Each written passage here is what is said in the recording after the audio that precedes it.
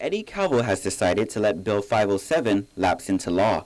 As we reported, the original version of the spending cuts bill was sent down to the legislature with $70 million in cuts. However, lawmakers gutted the bill and sent it back with around $2 million in savings.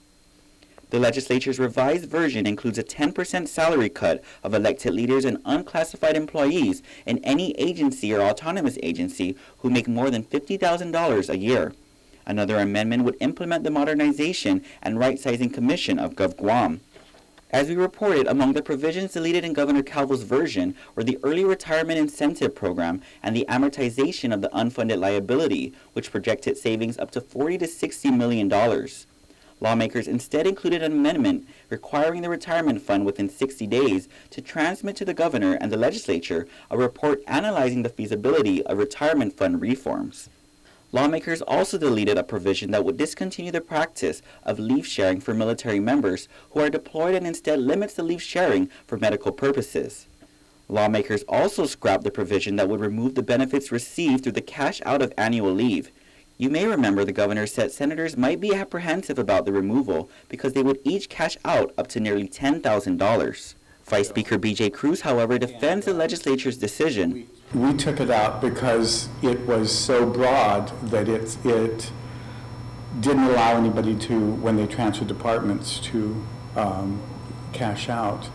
And we thought that it was fiscally irresponsible because most people would, in progression, would take jobs that would pay more. He notes, for example, if a legislative employee wasn't allowed to cash out at the end of their period at the Guam legislature and then, for instance, moved to the executive branch with a higher pay, would be getting a windfall at a different salary.